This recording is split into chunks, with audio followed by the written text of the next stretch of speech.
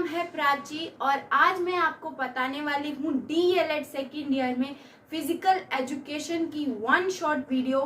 ये वीडियो बहुत हेल्पफुल होने वाली है आपके लिए अगर आप लास्ट मिनट प्रिपरेशन कर रहे हैं या आप रिवीजन कर रहे हैं या आपने अभी तक कुछ स्टार्ट ही नहीं किया है, तो आपको इस वीडियो से पता चलेगा कि आपको आंसर में क्या पॉइंट्स लिखने हैं और किस कंसेप्ट का एक बेसिक डेफिनेशन आपको मिल जाएगी। ठीक है, इसके अलावा फिजिकल एजुकेशन में ही इंपॉर्टेंट क्वेश्चंस की वीडियो मैंने अपलोड कर दी है चैनल पे ऑलरेडी विद देयर आंसर्स। उसका आंसर्स जो है कमेंट सेक्शन में पिन है। अगर आपको उस आंसर्स के लिंक को ओपन करने में कोई भी प्रॉब्लम आ रही है या आपको इन्फॉर्मेशन और अपडेट्स चाहिए, आप व्हाट्सएप चैनल ज्वाइन कर लीजिए। उसका लिंक मैं आपको डिस्क्रिप्शन में दे दूंगी। ठीक है, वहां पे आपको सारे सब्जेक्ट के important questions with their answers का लिंक आपको मिल जाएगा। इसके अलावा आपको कोई भी डाउट हो तो आप कमेंट सेक्शन में पूछ सकते हैं। आइए शुरू करते हैं फिजिकल एजुकेशन के बारे में। सबसे पहले इसमें टॉपिक है हेल्थ एजुकेशन। ठीक है, हेल्थ के बारे में कि बेसिकली हेल्थ क्या होती है, एम्पावरिंग पीपल अबाउट हेल्थ। देखिए अब क्या है, आप पूरा डेफिनेशन याद करने का टाइम रहा भी नहीं आपके पास, तो आप क्या है कीवर्ड्स को पकड़ के चलिए जिससे आप आंसर जो है अपना लंबा बना सकते हैं उससे। ठीक है, तो क्या है ये empowering people about their health. तो हेल्थ एजुकेशन क्या होती है, पीपल लोगों को एम्पावर करना, अवेयरनेस भी आप इसमें लिख सकते हैं अबाउट देयर ओन हेल्थ और about the other health issues. ठीक है, वो क्या होती है आपकी हेल्थ एजुकेशन। हेल्थ एजुकेशन जो है प्री प्राइमरी, प्राइमरी और एलिमेंट्री लेवल, तीनों लेवल पे बहुत ज्यादा जरूरी होती है। आइए इसकी कुछ इंपॉर्टेंस समझते हैं। सबसे पहला है अवेयरनेस ऑफ हाइजीन। ठीक है, बच्चों को हाइजीन के बारे में अवेयर करवाने के लिए जरूरी होती है health education. Healthy eating habit, देखा होगा छोटे छोटे बच्चे क्या है गलत गलत चीजें खाते हैं, ज्यादा मैदा खाते हैं या ऑयली चीजें, ज्यादा जंक फूड प्रेफर करते हैं। तो उससे बचने के लिए क्या है, बच्चों को अवेयर करना होगा कि ये चीज आपके लिए गलत है। तो वो वहाँ पे आपकी हेल्थ एजुकेशन की इंपॉर्टेंस है। उसके बाद फिजिकल एक्टिविटीज में, उसके अलावा डिजीज प्रेजेंट में। ठीक है, देखिए डिजीज अगर प्रेजेंट होती है किसी भी बच्चे के अंदर तो उसको आइडेंटिफाई करना, फिर उसको क्योर करना, ठीक है, वो सारा प्रोसेस किसके अंदर आता है, हमारा हेल्थ एजुकेशन के अंदर आता है। उसके बाद मेंटल वेलबींग, ठीक है, हमारा इमोशनल, सोशल और जो भी हमारा वेलबींग है वो इंश्योर कौन करता है, हमारा हेल्थ एजुकेशन इंश्योर करता है। आइए methods of teaching health education पढ़ लेते हैं। सबसे पहले तो रोल प्ले। देखिए मेथड्स आप अब तक पढ़ चुके हैं, जितने भी सब्जेक्ट सब में ऑलमोस्ट सेम है। ठीक है, तो इसमें बहुत ज्यादा कोई बड़ी बात नहीं होती आपको याद करने की। अब तक तो आपको इतना अच्छे से याद भी हो गए होंगे कि क्या क्या मेथड्स ऑफ टीचिंग आप फर्स्ट ईयर से करते आ रहे हो। तो इसमें जैसे रोल प्ले मेथड हो गया, डेमोन्स्ट्रेशन मेथड, इसके अलावा ऑब्जर्वेशन मेथड हो गया, इंटरव्यू मेथड हो गया, लेक्चर मेथड हेल्थ एजुकेशन में बिल्कुल नहीं लिखोगे आप, क्योंकि लेक्चर मेथड में हेल्थ एजुकेशन में कोई रोल नहीं है। ठीक है, उसके बाद विजुअल एड्स से आप पढ़ा सकते हो। स्कूल हेल्थ प्रोग्राम, ये इंपॉर्टेंट है। ठीक है, आपको क्या है, स्कूल हेल्थ प्रोग्राम ये भी एक मेथड है टीचिंग ऑफ हेल्थ एजुकेशन का, जिसमें क्या है कि स्कूल में ही health campaigns, health program arrange किए जाते हैं बच्चों को अवेयर करने के लिए और बच्चों के जो भी डिजीजेस हैं या कोई भी इश्यूज है उसको आइडेंटिफाई। एडोलसेंस और एडोलसेंस के टॉपिक पे जो प्री एडोलसेंस पीरियड होता है वो होता है आपका 9 to 12 ईयर्स ऑफ एज, और एडोलसेंस पीरियड होता है age group of 10 to 19 years. देखिए ये जो ग्रुप डिवीजन है ये WHO यानी वर्ल्ड हेल्थ ऑर्गेनाइजेशन के ने ये स्पेसिफाई करी है। बहुत सारे साइकोलॉजिस्ट ने, एजुकेशनलिस्ट ने अलग अलग एज ग्रुप बताए हैं एडोलेसेंस और प्री एडोलेसेंस के लिए। ठीक है, तो आपको क्या है पेपर में WHO के ही एज ग्रुप लिखकर आने हैं। अब आपके सिलेबस में है कि जर्नल हेल्थ इश्यूज क्या फेस करने पड़ते हैं बच्चों को इस पीरियड में। देखो सबसे पहले तो फिजिकल हेल्थ उनकी इफेक्ट होती है। एडोलेसेंस की एज में बच्चे की फिजिकल हेल्थ कैसे इफेक्ट होती है, जैसे कई बार उनकी हाइट ग्रोथ होनी रुक जाती है या कभी बहुत ज्यादा हो जाती है। ठीक है, बियर्ड आने लगती है, वॉइस में चेंज आने लगता है, गर्ल्स में भी अलग अलग चेंजेस आते हैं, एक्ने आने लग जाते हैं। तो ये सब क्या होता है आपका फिजिकल हेल्थ में आता है। उसके बाद आपका इमोशनल हेल्थ, ये वाली जो एज होती है एडोलेसेंस, बहुत क्रिटिकल स्टेज ऑफ टाइम होता है। ठीक है, इसमें क्या है बच्चे का बहुत ज्यादा इमोशनल ब्रेकडाउन होता है, इमोशनली उसको क्या होता है सपोर्ट चाहिए होता है। इस पीरियड में बहुत ज्यादा इफेक्ट होता है इमोशनली बच्चे की हेल्थ। उसके बाद सोशल हेल्थ। अब सोशल हेल्थ कैसे इफेक्ट होती है, कई बार जो है बच्चा अपने ही पीयर ग्रुप में, अपने फ्रेंड सर्कल में बिल्कुल अपने आप को आउटसाइडर समझता है, उसके अलावा अपने पेरेंट्स से कुछ भी शेयर नहीं कर पाता है। इस सोशल हेल्थ बच्चे की बहुत ज्यादा इंपैक्ट होती है एडोलसेंस के पीरियड में। उसके बाद रिप्रोडक्टिव हेल्थ, उसकी चेंजेस आते हैं उसकी बॉडी में बहुत सारे, तो उससे क्या होती है, उसकी रिप्रोडक्टिव हेल्थ तो होती है। उसके अलावा भी रिप्रोडक्टिव हेल्थ भी जो है इमोशनल हेल्थ को इफेक्ट करती है। कैसे, बच्चे के अंदर क्यूरियोसिटी होती है जो उसके खुद की बॉडी में चेंजेस आ रहे हैं वो जानने की। अब आते हैं आपके सिलेबस में specific health issues of girls. ठीक है, तो सबसे पहले है मेंस्ट्रुएशनल हेल्थ। बच्चों लड़कियों के जो है एडोलसेंस की एज में क्या होता है, मेंसेस आने लग जाते हैं, जिससे क्या होता है उनकी हेल्थ उससे इफेक्ट होती है। उसी की वजह से आपकी न्यूट्रिशनल डेफिशिएंसी आती है, आयरन की कमी हो जाती है बॉडी में, जिससे हेल्थ इफेक्ट होती है। रिप्रोडक्टिव हेल्थ, अलग अलग रिप्रोडक्टिव हेल्थ में आपका हार्मोन्स आप लिखोगे, हार्मोनल चेंजेस आते हैं इस पीरियड ऑफ टाइम में। उसके बाद आपका इमोशनल वीकनेस आती है एडोलसेंस के पीरियड में, क्योंकि गर्ल्स जो होती हैं बहुत ज्यादा उनका मूड स्विंग्स होने लग जाता है, या इमोशनल ब्रेकडाउन होता है, या वो चीजें शेयर नहीं कर पाती है। तो ये सारी जो है स्पेसिफिक गर्ल्स के लिए उनकी हेल्थ इश्यूज आपके सिलेबस में डिफाइन करी गई है। अब हेल्थ एजुकेशन का क्या रोल है, आप अगर फिजिकल टीचर हो, आप अगर हेल्थ एजुकेशन पढ़ा रहे हो, तो आप बच्चे को कैसे पढ़ाओगे इस पीरियड में। अगर बच्चा है तो क्या होगा, सबसे पहले तो आपको हाइजीन मेंटेन करना सिखाना होगा बच्चे को। ठीक है, क्योंकि बहुत सारे चेंजेस हो रहे हैं उसकी बॉडी में, आउटसाइड द बॉडी भी बहुत चेंजेस फील करता है वो, तो हाइजीन मेंटेन करना बहुत ज्यादा जरूरी है इस टाइम पे। उसके बाद हेल्दी ईटिंग, ओबेसिटी की जो प्रॉब्लम आती है उसको इम्प्रूव करने के लिए, उसको रिमूव करने के लिए बेसिकली क्या होता है कि आपको हेल्दी ईटिंग हैबिट बच्चे के अंदर डेवलप करनी है। हालांकि ये तो प्राइमरी स्टेज से ही करना है। उसके बाद है आपका स्ट्रेस को हैंडल करना है, जो इमोशनल प्रॉब्लम्स अराइज होती है। ठीक है, तो स्ट्रेस को हैंडल करना है, उसके लिए रिप्रोडक्टिव एजुकेशन, बच्चे को जो है एजुकेट करना है कि ये जो चेंजेस है वो नॉर्मल है, कुछ वैसा नहीं है। ठीक है, तो क्या है, रिप्रोडक्टिव हेल्थ के बारे में बच्चे को समझाना है। उसके बाद है रिमूविंग मिथ। कई सारे मिथ बना लिए जाते हैं कि इस पीरियड ऑफ टाइम में ये नहीं करना चाहिए, वो नहीं करना चाहिए, तो उन बैरियर्स को ब्रेक करना बच्चे को सिखाना चाहिए, और सोशल अवेयरनेस जो है बच्चे को देनी चाहिए एज अ फिजिकल। आते हैं एक और नए टॉपिक पर, इसमें आपको फूड एंड न्यूट्रिशन के बारे में बताया गया है। सबसे पहले इसी में आता है मल न्यूट्रिशन। ठीक है, मल न्यूट्रिशन को हिंदी में कुपोषण बोलते हैं। बेसिकली ये एक ऐसी स्टेट होती है जहाँ पे जो बच्चा है वो अंडर वेट हो जाता है और बहुत ज्यादा पतला हो जाता है। ठीक है, इससे क्या होता है, बॉडी हैव अनएडुकेट न्यूट्रिशन, जो बॉडी को न्यूट्रिशन चाहिए वो उसको नहीं मिल पाता है। बच्चों में बेसिकली ज्यादातर ये होता है।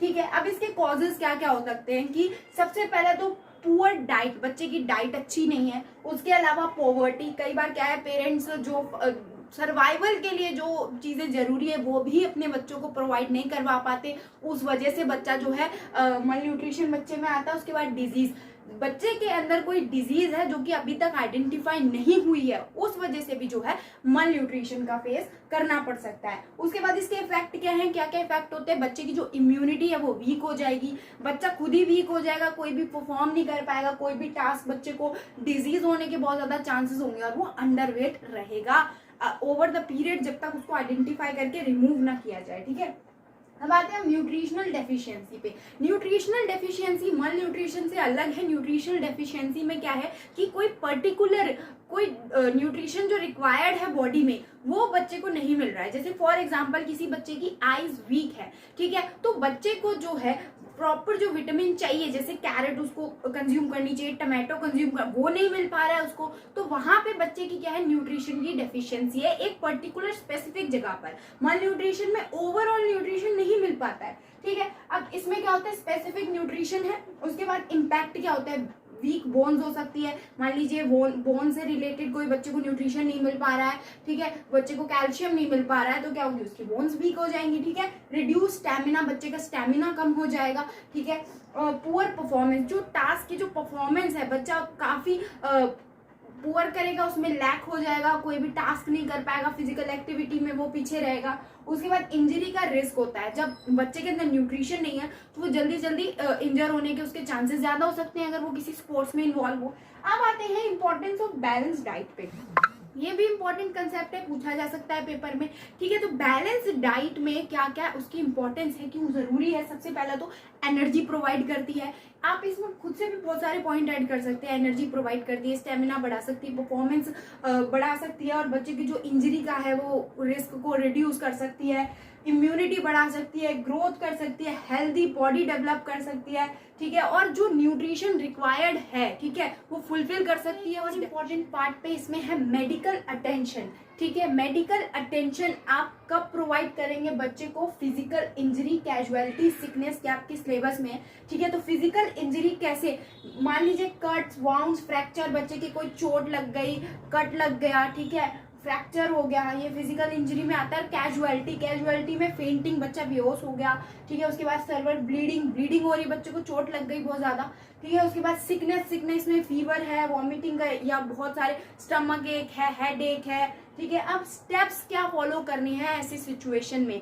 सबसे पहले तो स्टे काम, पेशेंस रखना है, बहुत ज्यादा पैनिक नहीं होना है। पैनिक होने से सिचुएशन और क्रिटिकल हो सकती है। उसके बाद फर्स्ट एड, जो स्कूल का फर्स्ट एड है उससे प्रोवाइड करने की कोशिश करो, अगर माइनर इंजरी है तो, ठीक है। अगर बड़ी भी इंजरी है तो फर्स्ट एड में आप क्या क्या करोगे? अगर बच्चे को बहुत ज्यादा ब्लीडिंग हो रही है तो आप क्या करोगे? एक टाइट क्लोथ से उसको टाइट कर दोगे, जिससे जो है ब्लीडिंग रुक सके, ठीक है। उसके अलावा अगर मान लीजिए बच्चे को जो है ब्रीदिंग प्रॉब्लम आ रही है तो क्या करोगे? जो एयर, उसको प्रॉपर एयर का सोर्स दोगे, ठीक है। बहुत ज्यादा घेरा बना के उसके पास नहीं खड़े हो जाओगे, उसका वेंटिलेशन इंप्रूव करोगे, ठीक है। अब क्या है, उसके बाद इन्फॉर्म अथॉरिटी। अब फर्स्ट एड दे दिया, ये नहीं कि आपको फिर खुद ही डॉक्टर बन जाना है, आपको क्या अथॉरिटीज को इन्फॉर्म करना है, स्कूल अथॉरिटीज को, बच्चे के पेरेंट्स को, गार्डियंस को, ठीक है। उसके बाद सीक प्रोफेशनल हेल्प, जितनी जल्दी हो सके उतनी जल्दी जो है आपको प्रोफेशनल हेल्प के पास जाना है, ठीक है।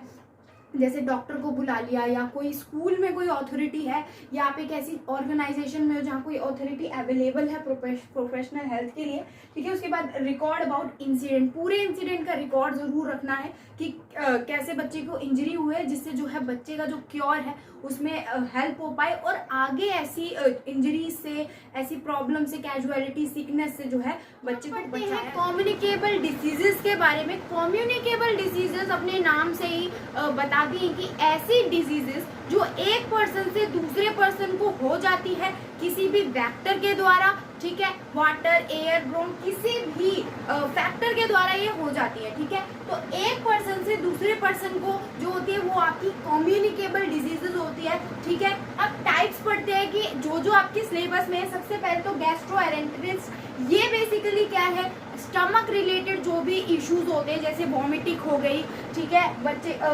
स्टमक एक हो गया, या लिवर में प्रॉब्लम हो गई, जॉन्डिस हो गया, ये सारा किसके अंदर आता है? इसके अंदर आता है। और बेसिकली ये वाटर और फूड बोर्न होता है। अगर आपने कोई गलत चीज खा ली है, या गंदा पानी पी लिया कहीं से, तो क्या है, आपको ये प्रॉब्लम हो सकती है। स्टमक रिलेटेड प्रॉब्लम होती है ये। अब इसकी प्रिवेंशन हम साथ के साथ पढ़ते जाते हैं। तो इसकी प्रिवेंशन है क्लीन वाटर, सैनिटेशन और हाइजीन मेंटेन करना। इससे जो है ये डिजीज बच सकती है, ठीक है, गैस्ट्रोएंटेरिटिस, ठीक है। अब एयरबोर्न डिजीज होती है। एयरबोर्न डिजीज में सबसे पहले आते हैं आपके इन्फेक्शन जितने भी होते हैं, जैसे मान लीजिए चिकन पॉक्स है, या ट्यूबरक्लोसिस है, इन्फ्लुएंजा है, ये सारी बीमारियां जो है हवा के द्वारा फैलती हैं, ठीक है। तो इसलिए इनको एयरबोर्न बोलते हैं। इनकी प्रिवेंशन क्या है? अगर आपको पता है कि एक पर्सन जो है वो इन्फेक्टेड है एक डिजीज से, तो आपको एक डिस्टेंस मेंटेन रखना होगा उससे, अपने खुद के सेफ्टी के लिए, ठीक है। Scabies basically skin related problem होती है, जैसे स्किन में इचिंग होती है, रैशेस पड़ जाते हैं, या प्रॉब्लम्स होती हैं जितने भी, ठीक है। इसका एक एग्जांपल होगा सिरोसिस, इसका एक एग्जांपल है स्कैबीज का, ठीक है। अब इसकी प्रिवेंशन क्या है? कई बार क्या होता है, हम सेम कपड़े यूज कर लेते हैं, जो इन्फेक्टेड पर्सन है हमें पता ही नहीं होता कि वो इन्फेक्टेड है, या हमें पता होता है तब भी यूज कर लेते हैं। टॉवल्स हो गई, जितने भी मटेरियल्स हैं हम सेम यूज कर लेते हैं, तो इस वजह से हो जाता है, तो हमें वो यूज करना अवॉइड करना चाहिए। मलेरिया और डेंगू ये वेक्टर बोर्न होती है। एक मीडियम चाहिए होता है इनको। वो मीडियम बेसिकली क्या होती है? एक मॉस्किटो बेसिकली ये क्या करती है? इन्फेक्शन को फैलाती है, ठीक है। तो इससे बचने के लिए बहुत सारे हमारे तरीके हैं, ठीक है। मॉस्किटो नेट हम यूज कर सकते हैं, या जितने भी चीजें आती है। स्टैग्नेंट वाटर, सबसे पहले क्या है कि कोई भी पानी जो है, पानी को जमा नहीं होने देना है एक जगह पे। उसे सिर्फ डेंगू मलेरिया नहीं, और भी बहुत सारी बीमारी होती है, इसका प्रिवेंशन ऐसे हो सकता है। ट्यूबरक्लोसिस का प्रिवेंशन क्या है? टीबी का प्रिवेंशन बेसिकली क्या है? बीसीजी वैक्सीन, जो कि बच्चों को लगती है बचपन में ही लगवानी चाहिए, इसको अवॉइड नहीं करना चाहिए। इससे ट्यूबरक्लोसिस जो है वो खत्म होता है। अब आता है HIV एड्स। बेसिकली ये क्या है, ये सेक्सुअली ट्रांसमिटेड डिजीज होती है। इसका प्रिवेंशन आप कैसे कर सकते हैं, सेफ सेक्स। हम पढ़ते हैं नॉन कम्युनिकेबल डिजीजेस के बारे में। ये डिजीजेस क्या होती है, बेसिकली जो एक पर्सन से दूसरे पर्सन को नहीं होती हैं, ठीक है, ये किसी भी फैक्टर से एक पर्सन से दूसरे पर्सन पे नहीं जा सकती है, ठीक है। तो बेसिकली कुछ टाइप्स है इन डिजीजेस के। सबसे पहला तो है अस्थमा। अस्थमा क्या होता है, बेसिकली किसी भी चीज से एलर्जी हो या डस्ट हो, धूल मिट्टी से प्रॉब्लम होती है तो वो अस्थमा होता है उससे। अब इसका प्रिवेंशन क्या है, देखिए नॉन कम्युनिकेबल डिजीजेज जो है बेसिकली क्रॉनिक डिजीजेज होती हैं जो कि बहुत जल्दी से खत्म नहीं होती है। वहीं कम्युनिकेबल डिजीजेज जो है वो जो है शॉर्ट टर्म के लिए होती है, एक्यूट होती है और एक टाइम के बाद प्रिवेंशन और मेडिसिन के बाद वो ठीक हो जाती है, ठीक है। अगर आप इसकी बात करें, अच्छा कम्युनिकेबल डिजीजेस में भी HIV एड्स और ट्यूबरक्लोसिस एक क्रॉनिक डिजीज में आता है, वो उसमें एग्जांपल में आप ऐड कर लेंगे, ठीक है, वो भी क्रॉनिक है। बाकी सारे जो है एक्यूट है। लेकिन जो नॉन कम्युनिकेबल डिजीजेस हैं ये सारी की सारी क्या होती हैं, आपकी क्रॉनिक होती है, लंबे समय तक चलती है, ठीक है। डायबिटीज बच्चों में आजकल बहुत ज्यादा देखी जा रही है। बेसिकली क्यों होता है, ज्यादा शुगर लेवल बढ़ जाने की वजह से ये होता है, ठीक है। इंसुलिन जो सेल्स होती है वो डैमेज हो जाती है। इसमें शुगर लेवल टेस्टिंग करती रहनी चाहिए बच्चे का टाइम टू टाइम, जिससे क्या होता है इसको प्रिवेंट करा जा सकता है। ब्लाइंडनेस यहाँ पे प्रॉपर ब्लाइंडनेस नहीं, यहाँ पे शॉर्ट साइटनेस भी आता है। पुअर विजन जो होती है, जैसे बच्चे की आई साइट वीक हो गई, छोटे छोटे बच्चे होते हैं, आपने देखा होगा स्पेक्स लगा के जा रहे होते हैं, ठीक है। आजकल ये भी बहुत ज्यादा बच्चों में बेसिकली ये डिजीजेस बहुत ज्यादा देखी जाती है। इसमें क्या है, सराउंडिंग सेफ होनी होगी और बच्चे को क्या है, आई प्रोटेक्शन डिवाइसेस देने होंगे, ठीक है। जैसे कि बच्चे छोटे छोटे बच्चे मोबाइल फोन यूज कर सकते हैं, हो सकता है उस वजह से भी ये प्रॉब्लम अराइज होती हो, तो उन सब चीजों से बच्चे को दूर रखना है। और अगर वो उनके लर्निंग का पार्ट है तो क्या है, एक प्रॉपर टाइम टेबल में, शेड्यूल में उन्हें देना है, ठीक है। अब हाइपरटेंशन ये जो होता है बेसिकली ये बड़े लोगों में ज्यादातर होता है, जो भी ओल्ड एज ग्रुप है उसमें होता है।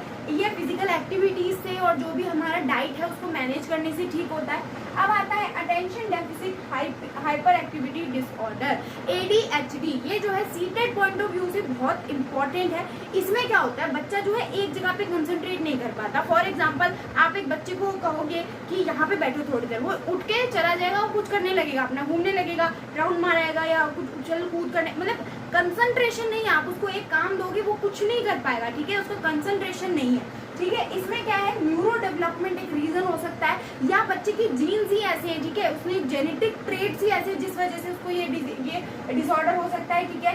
इसमें क्या है, इसका प्रिवेंशन आप कैसे करोगे, बच्चे को एक रूटीन स्ट्रक्चर प्रोवाइड करोगे। अब पढ़ते हैं इसमें एक और इम्पोर्टेंट टॉपिक जिसमें पेपर में पूछे जाने के चांसेस काफी ज्यादा हैं, ये है फिजिकल एजुकेशन, ठीक है। फिजिकल एजुकेशन बेसिकली क्या होती है, प्लान्ड प्रोग्राम ऑफ एक्टिविटीज।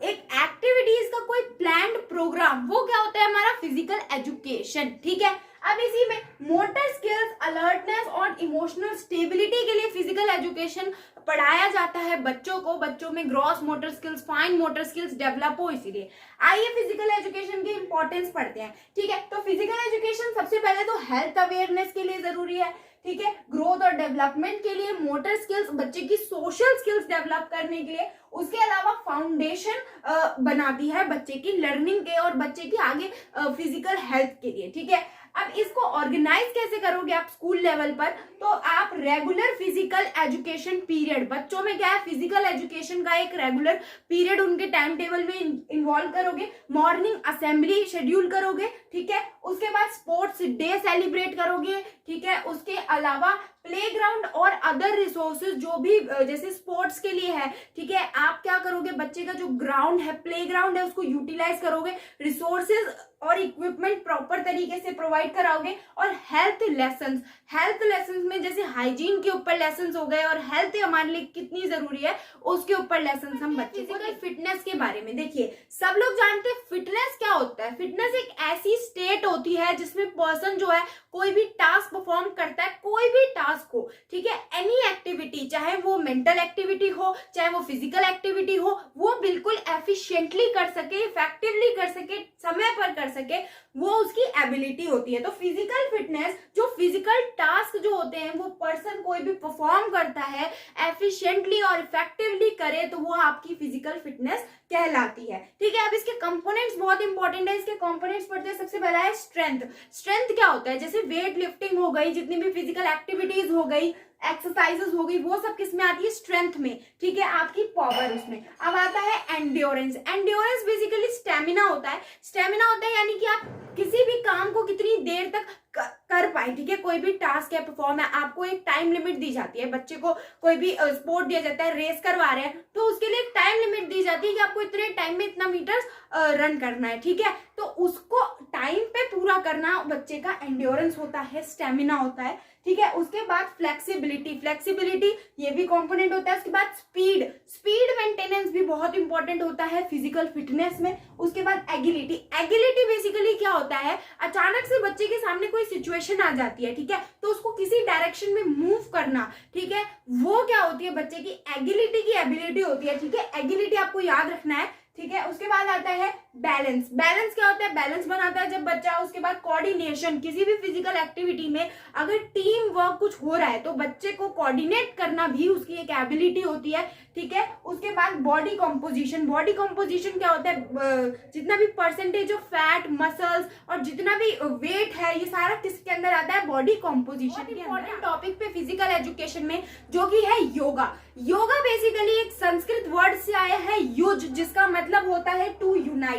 ठीक है, योगा क्या होता है? बेसिकली एक एक्सरसाइज होती है जो कि हम अपनी फिजिकल हेल्थ को इंप्रूव करने के लिए करते हैं, अपने इमोशनल बैलेंस को, अपनी स्ट्रेंथ को इंप्रूव करने के लिए करते हैं। अब इसकी नीड और इंपॉर्टेंस पढ़ लेते हैं। तो योगा क्या है? हमारी हेल्थ डेवलपमेंट में बहुत ज्यादा इफेक्टिव होती है, इमोशनल बैलेंस में। ठीक है, हम कभी कभार जो है इमोशनली अनस्टेबल होते हैं तो योगा क्या हेल्प करती है? उसे इंप्रूव करने में हेल्प करती है, फ्लेक्सिबिलिटी प्रोवाइड करती है हमारी बॉडी को। अब हम पढ़ते हैं अष्टांग योगा। ठीक है, आपसे डायरेक्टली तो नहीं पूछा जाएगा लेकिन आपको कीवर्ड्स में मैंने लिख दिया, आपको इजीली याद हो जाएगा। ठीक है, सबसे पहले समझते हैं यम। यम का मतलब होता है जब हम मॉरल डिसिप्लिन, मॉरल डेवलपमेंट करते हैं अपना, तो वो योगा के अंदर आपका अष्टांग योगा में यम कहा जाता है। ठीक है, उसके बाद हमारा नियम। नियम बेसिकली क्या होता है? जब हम खुद के लिए कोई पर्सनल डिसिप्लिन डिसाइड करते हैं तो वो हमारा नियम होता है। जैसे कि हम डिसाइड करते हैं कि हम कल से ये करेंगे, आज से हम पढ़ाई शुरू कर देंगे, तो वो एक मोटिवेशन और कंसिस्टेंसी, ठीक है, वो क्या आती है? हमारे नियम में आती है। ठीक है, आसन। आसन का मतलब होता है पोस्चर ऑफ द बॉडी। ठीक है, उसके बाद आता है प्राणायाम। प्राणायाम क्या होता है? बेसिकली ब्रीदिंग के लिए किया जाता है। जो भी हमारा ब्रीदिंग ऑपरेशंस है उसको इंप्रूव करने के लिए प्राणायाम किया जाता है। प्रत्याहार।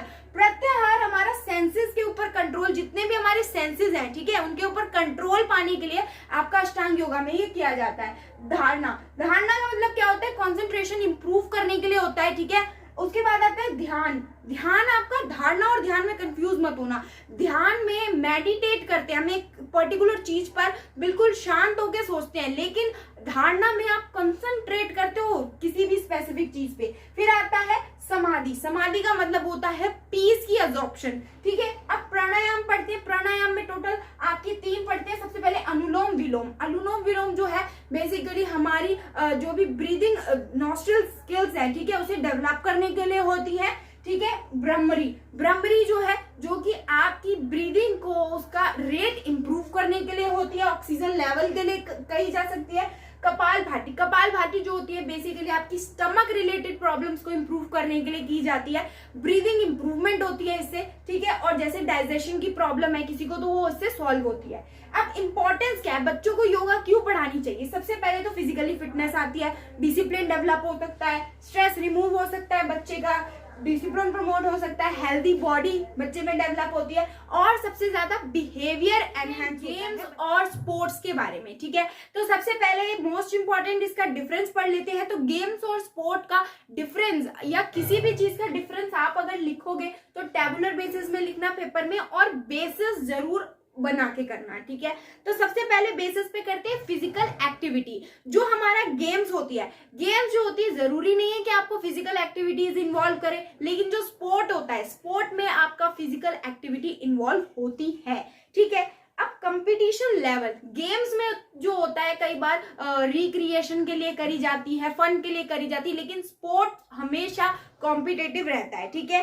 रूल्स क्या होता है, गेम्स में जो रूल्स होते हैं वो फ्लेक्सिबल हो सकते हैं, लेकिन जो स्पोर्ट्स के रूल्स है वो आपके रिजिड होते हैं, ठीक है। और बेसिकली क्या होता है, गेम्स में क्या होता है आपका इनफॉर्मल स्ट्रक्चर भी हो सकता है, लेकिन जो स्पोर्ट है हमेशा उसमें एक फॉर्मल स्ट्रक्चर रहता है, ठीक है। और सोशल इंटरेक्शन गेम्स में क्या है, इनफॉर्मल हो सकता है कि क्या है, कई बार दो फ्रेंड्स आपस में खेल रहे हैं, लेकिन स्पोर्ट्स में दो टीम्स खेलती है तो प्रॉपरली क्या होता है, एक फॉर्मल इंटरेक्शन होता है, ठीक है। तो एग्जाम्पल आप इसमें डाल दोगे कि गेम्स का एग्जाम्पल जैसे कोई भी म्यूजिकल चेयर गेम हो गई, चेस गेम हो गई, वीडियो गेम्स भी हो गई, लेकिन स्पोर्ट्स में बास्केटबॉल, सॉकर, फुटबॉल, क्रिकेट, आप ऐसे सारे एग्जाम्पल डालोगे। तो आइए समझते हैं अब हम टाइप्स ऑफ गेम्स में सबसे पहले आता है हमारा इंडोर गेम्स में बेसिकली वो गेम्स होती है जो आप घर के अंदर खेल सकते हो, क्लास के अंदर खेल सकते हो। आउटडोर गेम्स होती है जो बाहर ही खेल सकते हो, ठीक है। बेसिक्स है तो काफी इजी है। उसके बाद ट्रेडिशनल गेम्स में आप एग्जांपल डाल सकते हो, जैसे आप वो पिट्टू खेलते थे बचपन में, गिल्ली डंडा, तो बेसिकली ये क्या है, ट्रेडिशनल गेम्स में आ गया। माइनर गेम्स और रिक्रिएशनल गेम्स वो गेम्स होती हैं जो आप फन और एक्टिविटी के लिए करते हो, जैसे क्लास में ही आपने बच्चों को लर्निंग कराने के लिए जो आप गेम कर रहे हो वो इन गेम्स में आती है, ठीक है। उसके बाद एथलेटिक्स में वो गेम्स आती हैं जैसे कि आपकी प्रॉपर रनिंग की गेम हो गई या स्पोर्ट हो गया, कोई प्रॉपर स्पोर्ट होता है जैसे फुटबॉल, बास्केटबॉल, तो प्रॉपर आपका इसमें एथलेटिक्स में आता है। अब सिग्निफिकेंस क्या है, तो फिजिकल डेवलपमेंट करता है बच्चों की, उसके बाद मेंटल ग्रोथ आती है, उसके बाद सोशल स्किल्स डेवलप होती है, उसके अलावा इमोशनल बैलेंस बच्चों के अंदर आता है और एजुकेशनल वैल्यू डेवलप होती है। इसके अलावा स्पोर्ट्समैनशिप आती है बच्चे के अंदर, लीडरशिप क्वालिटी आती है, बहुत सारे पॉइंट्स आप इसमें हैं। टूर्नामेंट्स और फिक्चर्स के बारे में सबसे पहले हम टूर्नामेंट्स पढ़ लेते हैं। तो टूर्नामेंट आपके टोटल 3 टाइप के होते हैं। सबसे पहला जो है इंपॉर्टेंट होता है नॉकआउट टूर्नामेंट में बेसिकली क्या होता है, टीम्स जब खेलती हैं उनमें से एक टीम जो हार जाती है वो एलिमिनेट हो जाती है, तो वहां पे आपका होता है नॉकआउट टूर्नामेंट। इसमें आप नंबर ऑफ मैचेस कैसे निकालते हो, चाहे ऑड हो या इवन हो, ठीक है। तो आप नंबर ऑफ टीम -1, चाहे ऑड नंबर ऑफ टीम हो चाहे इवन नंबर ऑफ टीम हो, आप नंबर ऑफ मैचेस जो है ऐसे निकालते हो इस फॉर्मूले से, आप याद रखेंगे। उसके बाद लीग टूर्नामेंट एक ऐसा टूर्नामेंट होता है जिसमें जो जिस टीम के सबसे ज्यादा पॉइंट्स होते हैं उसको विनर डिक्लेयर कर दिया जाता है एंड में, ठीक है। तो सिंगल लीग का आपको अगर नंबर ऑफ मैचेस निकालना तो आप फॉर्मूला लिख लेंगे n into n plus n-1 upon में 2, ठीक है। और डबल लीग होता है तो आप n इंटू n-1 आप ये लिख लोगे फॉर्मूला, ठीक है, लीग टूर्नामेंट में। उसके बाद सिंगल टूर्नामेंट में कोई सेकंड चांस नहीं होता, एक बार गेम होता है, जो जीतता है वो विनर, जो हारता है वो लूजर, ठीक है। अब बेसिकली इसमें क्या है, हम फिक्सचर समझेंगे। फिक्सचर आपको पेपर में ड्रॉ करने के लिए बोला जा सकता है, और अगर बोला जाएगा तो कोशिश करिए आपको अच्छे से आता हो, समझ आता हो तो आप उसे अटेम्प्ट करें, क्योंकि वो काफी ज्यादा स्कोरिंग होता है, ठीक है, अगर आपको आता है तभी, ठीक है। तो सबसे पहले हम नॉकआउट टूर्नामेंट का करेंगे। आप ये फॉर्मूले लिख लीजिए, इसके लिए स्क्रीनशॉट ले लीजिए। सबसे पहला तो नंबर ऑफ मैचेस कैसे निकालते हैं नॉकआउट टूर्नामेंट के फिक्सचर में, ठीक है, n-1। जैसे मान लीजिए इवन, अच्छा, नॉकआउट टूर्नामेंट में इवन नंबर ऑफ टीम और ऑड नंबर ऑफ टीम भी हो सकता है। बेसिकली क्या है, नंबर ऑफ मैचेस कितना है, आप मान लीजिए 10 है आपका नंबर ऑफ मैचेस, तो 10-1 तो आप नंबर ऑफ मैचेस आ जाएगा। यहाँ पे जो n है आपका, ये नंबर ऑफ टीम्स को डिनोट करता है, ठीक है। अगर आपको नंबर ऑफ मैचेस निकालना है 10 टीमों का, ठीक है, तो आप 10-1 करोगे, आपके नंबर ऑफ मैचेस आ जाएंगे। नंबर ऑफ राउंड्स कैसे निकालते हो, 2n, ठीक है। अब उसके बाद इवन नंबर में अपर हाफ और लोअर हाफ, ये भी इंपॉर्टेंट है, आप सिर्फ फॉर्मूले लिख लो, आगे मैं आपको बताऊंगी कि फिक्सचर ड्रॉ करने में ये फॉर्मूले कहाँ यूज होते हैं, ठीक है। इवन नंबर है अगर टीम्स का, तो अपर हाफ और लोअर हाफ निकालने का फॉर्मूला होता है n/2, ठीक है, यानी कि उसको डिवाइड कर देना है। बेसिकली जैसे 8 है तो 8/2 4 हो गया, ठीक है। उसके बाद अगर ऑड है तो अपर हाफ निकालने का फॉर्मूला होता है n+1/2 और इवन और लोअर हाफ निकालने का फॉर्मूला होता है n-1/2। आइए अब एक फिक्सचर ड्रॉ करने से सबसे पहले आप एक और कंसेप्ट को समझ लीजिए बाइस का कंसेप्ट, ठीक है। आपको बाइस लगानी होती है, इसका भी एक फॉर्मेट होता है। सबसे पहले आपको सबसे ऊपर वाले में लगानी होती है, फिर सबसे नीचे वाले में लगानी होती है। वो भी मैटर करता है नंबर ऑफ टीम्स पे। हमें अच्छे से समझ आएगा जब हम फिक्सचर ड्रॉ करके समझेंगे। तब तक आप जो है ये फॉर्मूले समझ लीजिए। और बाइस निकालने का तरीका क्या होता है, इसके लिए भी हमें सबसे पहले नंबर ऑफ टीम्स चाहिए। अब जब नंबर ऑफ टीम्स मिल गई, मान लीजिए हमें 10 मिली है नंबर ऑफ टीम। अब जब नंबर ऑफ टीम मिल गई तो आपको पावर ऑफ 2 पर चलना होता है, ठीक है। और पावर ऑफ 2 पे नेक्स्ट हायर पावर ऑफ 2। अब जैसे नंबर ऑफ टीम्स हमारी 10 है तो हम यहाँ पे number 2 raise to power 1, 2 raise to power 2, 2 raise to power 3, 2 raise to power 4। अब इसमें 10 से बड़ा हम ले सकते हैं नेक्स्ट हायर पावर, लेकिन उससे छोटा नहीं लेंगे। तो हम यहाँ पे क्या ले लेंगे 16। समझ में आ गया आपको। और नंबर ऑफ बाइस इवन के लिए कैसे निकालते हैं, नंबर ऑफ बाइस अपॉन में 2, और ऑड के लिए नंबर ऑफ बाइस -1 अपॉन 2, और नंबर ऑफ बाइस प्लस 1 अपॉन में 2। ये अपर हाफ और ये लोअर हाफ, ठीक है। आइए हम फिक्सचर से समझते हैं। फिक्सचर से आपके सारे डाउट क्लियर हो जाएंगे। उससे पहले आप जो है इसका स्क्रीनशॉट ले लीजिए, या आप जो है इसको ऑड नंबर ऑफ टीम्स का फिक्सचर बना के देखते हैं। बेसिकली आपसे पेपर में अगर पूछा जाएगा तो ऑड नंबर ऑफ टीम्स का पूछा जाने के बहुत ज्यादा चांसेस है, और अगर पूछा जाता है तो आप ये समझ लीजिए और आप जरूर अटेम्प्ट करके आइए, क्योंकि इस बहुत ज्यादा स्कोरिंग होता है और आपको खुद मजा आएगा इसको बनाने में और समझने में। इसकी प्रैक्टिस भी कर सकते हैं आप। देखिए, अगर आप जैसे ही क्वेश्चन पेपर में आप फिक्सचर का क्वेश्चन देखते हैं, ड्रॉ अ फिक्सचर फॉर कितनी भी टीम्स, 11 टीम्स, 15 टीम, 13 टीम्स, ठीक है। आपको क्या करना है, अपनी आंसर शीट में सबसे पहले ये 6 आइटम्स लिखने हैं। सबसे पहला एन क्या है, नंबर ऑफ टीम्स। तो आइए लिखते हैं सबसे पहले एन, नंबर ऑफ टीम्स कितना दिया हुआ है 13। अब नंबर ऑफ मैचेस हम कैसे निकालते हैं, number of matches knockout tournament में हम n-1 से निकालते हैं। तो n क्या है हमारा 13, तो n-1 कोई बहुत बड़ी बात नहीं है, 12 आंसर आ जाएगा। अब हम 22 निकालते हैं। 22 निकालने का क्या तरीका होता है, 2 रेज़ टू पावर n-n। यहाँ पे ये है नंबर ऑफ टीम्स वाला है। अब 2 रेज़ टू पावर n कैसे निकालना है वो मैंने आपको बताया था। 2 रेज़ टू पावर n आप निकालोगे जो कि हाईएस्ट पावर ऑफ 2 होगी, नेक्स्ट हाईएस्ट पावर। जैसे कि समझिए, देखिए अब 13 आपको टीम्स दे रखी है, तो 2 रेज़ टू पावर 1 नहीं होगा, 2 नहीं होगा, 3 पे आएगा 8 तो नहीं होगा, 2 रेज़ टू पावर 4 आपका हो जाएगा, क्योंकि 2 रेज़ टू पावर का मतलब होता है 2, 4 और इसका मतलब होता है 8 और 16। जो मैंने आपको बताया था कि 2 रेज़ टू n आपको कैसे सेलेक्ट करना है, next highest power of the number of team. तो 13 दे रखा है, अब 8 तो 13 से छोटा है तो लेकिन 16 बड़ा है, तो हम किसको लेंगे, 2 रेज़ टू पावर 4 को हम ले लेंगे, ठीक है। आइए समझते हैं। अब इसमें हम निकाल लेते हैं 22 कैसे निकलेंगे, 2 रेज़ टू पावर 4 यानी 16 माइनस n, जिसका मतलब होता है n हमारा क्या है, हमारा नंबर ऑफ टीम है, इसका मतलब है 3, यानी हमारी 22 कितनी लगेंगी, 3 बाय लगेंगी हमारी, ठीक है। अब राउंड्स, हमें नंबर ऑफ राउंड्स निकालना है। तो नंबर ऑफ राउंड्स निकालने का तरीका है, जो हमने 2 रेज़ टू पावर n पढ़ा है ना, ये उसका जो पावर होती है उसकी, वो क्या होती है, हमारी राउंड होती है। ये क्या होता है, हमारा राउंड होता है, ठीक है।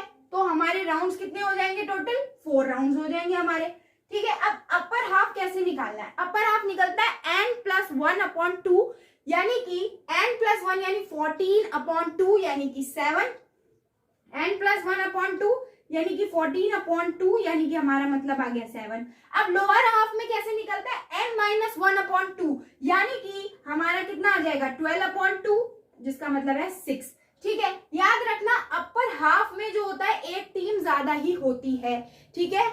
अब आगे हम शुरुआत करते हैं अब अपना फिक्सचर बनाने की। ये तो हो गया फिक्सचर बनाने के लिए, जैसे आप खाना बनाते हो ना, तो खाना बनाने के लिए आप पहले सामान इकट्ठा करते हो, नमक मिर्च ये आपने इकट्ठा कर लिया, ठीक है। अब आप बना रहे हो, अब आप देखते हैं कैसे बनता है। देखिए, अब सबसे पहले हमें क्या करना होता है, लोअर हाफ और अपर हाफ में डिवाइड करना होता है।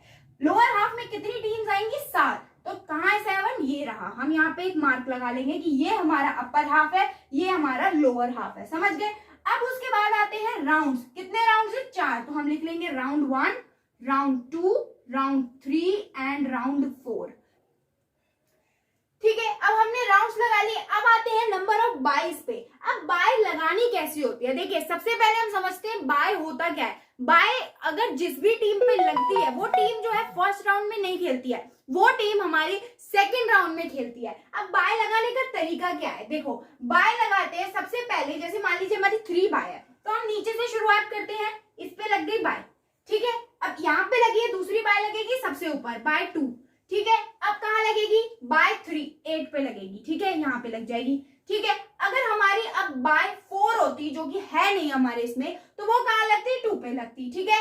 अब हम आगे समझते हैं। अब हमें अगर इस टीम का फिक्सचर बनाना है तो बेसिकली हम क्या करेंगे, अब हम शुरुआत करेंगे इसकी। तो सबसे पहले कौन खेलेगा, टीम नंबर 2, ठीक है, और टीम नंबर 3, ठीक है। और फिर 4 और 5 का मैच होगा, फिर 6 और 7 का मैच होगा, फिर 9 और 10 का मैच होगा, फिर 11 और 12 का मैच होगा। अब इन दोनों टीम में कोई एक टीम जीतेगी, दोनों टीम तो जीत नहीं सकती, उसका अगली टीम से मैच होगा। जैसे कि 1 का होगा आपका इस राउंड में होगा, ठीक है। फिर 4 और 5 में जो जीतेगा उसके बीच में होगा, फिर आपका 8 में और ये इन दोनों में से जो जीतेगा उसमें मैच होगा, ठीक है। उसके बाद आपका इन दोनों में से जो जीतेगा और 13 नंबर टीम के बारे में होगा। अब राउंड 3 में आपका टीम 1 और आपका जो इसमें इस राउंड में जीतेगा वो आपका होगा। अब इसके बाद इनमें जो जीतेगा वो आपका आगे राउंड होगा। अब लास्ट राउंड में क्या होगा, इन दोनों टीम्स का विनर जो है आपस में खेलेगा और जो जीतेगा वो फाइनल विनर होगा, ठीक है। तो ये बहुत इजी था और बहुत इंटरेस्टिंग भी है फिक्सचर, आप खुद से ड्रॉ करना सीखिए।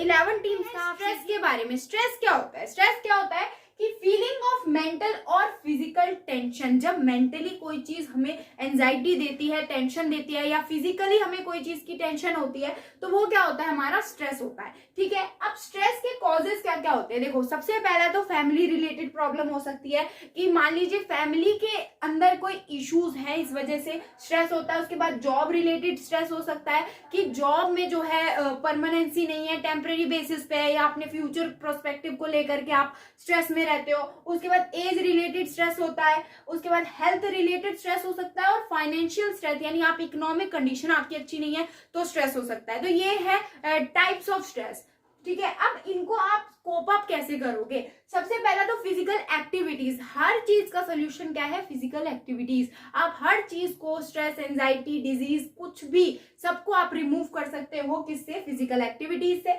उसके बाद मेडिटेशन, मेडिटेट करना जिससे रिलैक्सेशन मिलती है। टाइम मैनेज करने से स्ट्रेस मैनेजमेंट होती है, ठीक है। हेल्दी लाइफस्टाइल अडेप्ट करने से। हॉबीज और रिक्रिएशन, कोई भी चीज आप कर रहे हो स्टिक टू स्केड्यूल नहीं होना है आपको, ठीक है। आप अपने स्केड्यूल में चेंज लाओ, ठीक है। रिक्रिएशनल टाइम लाओ खुद के लिए, जो कि आपको स्ट्रेस से रिमूव करने में हेल्प करेगा। अब हम समझते हैं alternative system of health and healing. Alternative system, alternative एक वर्ड, इसका मतलब क्या है, एक अलग तरीका, ठीक है। जो नॉर्मल प्रैक्टिसेस है उसे हटकर एक अलग तरीका अडेप्ट करते हैं हम, तो उसको हम ऑल्टरनेटिव अप्रोच बोलते हैं। अब हेल्थ और हीलिंग में क्या इसका मीनिंग है, range of practices beyond medications. Medications के बियॉन्ड अगर कोई प्रैक्टिसेस होती है, जैसे मान लीजिए किसी को कोई डिजीज है, उसको आप मेडिसिन को हटा करके दूसरी टेक्निक्स यूज करके उस डिजीज को हटाते हैं, तो क्या होता है, आपका alternative system of health and healing माना जाता है। जैसे कि योगा। अब मान लीजिए किसी पर्सन को हाई ब्लड प्रेशर की प्रॉब्लम है, वो रोज मेडिसिन लेता है लेकिन उसे कोई इफेक्ट नहीं हो रहा है, तो बेसिकली उसे क्या सजेस्ट किया जाता है कि आप जो है योगा करो, मेडिटेशन करो, इससे जो आपका ब्लड प्रेशर कंट्रोल में रहेगा, ठीक है। उसके बाद एक्यूपंक्चर एंड एक्यूप्रेशर। एक्यूपंक्चर में होता है नीडल का यूज करके, और एक्यूप्रेशर में होता है फिंगर टिप्स का यूज करके वेरियस, आप अपने जो बॉडी, जैसे न्यूरोमस्कुलर सिस्टम को इंप्रूव करना है तो बोलते हैं कि आपको ऐसे थंब को पकड़ के रखना है, इससे क्या है, आपका एक्यूप्रेशर डेवलप होगा, कंसंट्रेशन डेवलप होगी। तो ये सारे ऐसे, ये भी एक अल्टरनेटिव सिस्टम है, ठीक है। हर्बल मेडिसिन होती है, उसके अलावा होम्योपैथी होती है। होम्योपैथी आपने सुना होगा, जैसे थायराइड है किसी पर्सन को, तो वो ज्यादातर मेडिसिन से ज्यादा प्रेफर क्या करते हैं लोग, होम्योपैथी करते हैं। उसके बाद मसाज एंड थेरेपी। जब भी जैसे मान लीजिए आपको बैकबोन में कोई प्रॉब्लम है, बोन से रिलेटेड कोई इशू है, तो क्या होता है, ज्यादातर लोग थेरेपी और मसाज लेना प्रेफर करते हैं। वो ट्रेडिशनल टाइम से चली आ रही चीजें, तो ये एक ऑल्टरनेटिव सिस्टम बन गया है हेल्थ और हीलिंग का। अब एक और इम्पोर्टेंट पार्ट आता है integration of physical education to other subject. अब बाकी सब्जेक्ट्स में आप फिजिकल एजुकेशन को कैसे पढ़ते हो? देखो, लैंग्वेज में आप कैसे पढ़ते हो, आप रोल प्ले करते हो तो आप क्या है फिजिकल एजुकेशन का यूज कर रहे हो। अब मैथमेटिक्स में आप कैसे, जैसे बॉडी मास इंडेक्स कैलकुलेट कर रहे हो तो आप मैथमेटिक्स में यूज कर सकते हो फिजिकल एजुकेशन को। उसके बाद साइंस में तो बहुत ज्यादा यूज होता है फिजिकल एजुकेशन का। आपने अब तक जितने कंसेप्ट पढ़े, communicable diseases, non communicable diseases, ये सब साइंस के तो कंसेप्ट हैं, ठीक है। और डेफिशिएंसीज, जितनी भी विटामिन का, ये सब आप फिजिकल एजुकेशन से पढ़ते हो। सोशल स्टडीज में आप बेसिकली एग्जांपल लिख सकते हो, जैसे खेलो इंडिया मूवमेंट है, ये भी तो फिजिकल एजुकेशन का पार्ट है, लेकिन आप सोसाइटी के बारे में पढ़ रहे हो तो यहाँ पे सोशल स्टडीज की स्टडी हो रही है। उसके बाद आर्ट में इसका हेल्पफुल है, अलग अलग एक्टिविटीज स्पोर्ट्स में इन्वॉल्व होते हैं जब बच्चे, ठीक है। तो ये थी आपकी फिजिकल एजुकेशन की वन शॉट वीडियो। अगर आपको कोई भी कंसेप्ट और कंटेंट समझ नहीं आया तो आप कमेंट कीजिए, मैं उस कंटेंट और कंसेप्ट समझाने के लिए आपके लिए एक अलग से स्पेशल वीडियो बना दूंगी। और इसके अलावा जैसे कि मैंने वीडियो की स्टार्टिंग में बोला था, फिजिकल एजुकेशन में देखिए, फिजिकल एजुकेशन आपका 50 मार्क्स का पेपर आता है, 10 एमसीक्यू आएंगे, इसमें असर्शन रीजन आपको नहीं देखने को मिलेंगे तो आपको एमसीक्यू में ही मिलेंगे 1 मार्कर्स में, 2 मार्कर्स का कोई रूल नहीं है इसमें, ठीक है। 3 मार्क्स के आपको 5 क्वेश्चन अटेम्प्ट करने होंगे, 5 मार्क्स के आपको 5 क्वेश्चन अटेम्प्ट करने होंगे, ठीक है। तो ये 50 मार्क्स का पेपर है, बेसिकली ज्यादा टफ नहीं होता है। अब आपके जितने भी आने वाले पेपर हैं, health education, art education, work education, तो आप बेसिकली वन शॉट देख लीजिए और जो इंपॉर्टेंट क्वेश्चंस की वीडियो बनाई है वो जरूर देख लीजिए और उनके आंसर्स प्रॉपर प्रिंट निकलवा लीजिए और उसको याद कीजिए। इससे क्या है, आपको तरीका मिलेगा, पॉइंट मिलेगा कि आपको पेपर में लिखना क्या है, ठीक है। और अगर इतना आप कर लेंगे तो ये मोर देन इनफ है आपके लिए। अगर आपने अब तक कुछ भी नहीं पढ़ा है, आप 1 नाइट बिफोर प्रिपरेशन कर रहे हो, तो आपके लिए बेस्ट है ये सब, ठीक है। आप तैयारी करो, अगर आप पहले से तैयारी कर चुकी हो तो आपको कोई नहीं रोक सकता, आपके बहुत अच्छे मार्क्स आने वाले हैं। अगर आपको कोई डाउट है तो वही अगेन आप कमेंट कीजिए। तब तक के लिए पढ़ते रहिए, be serious and study hard.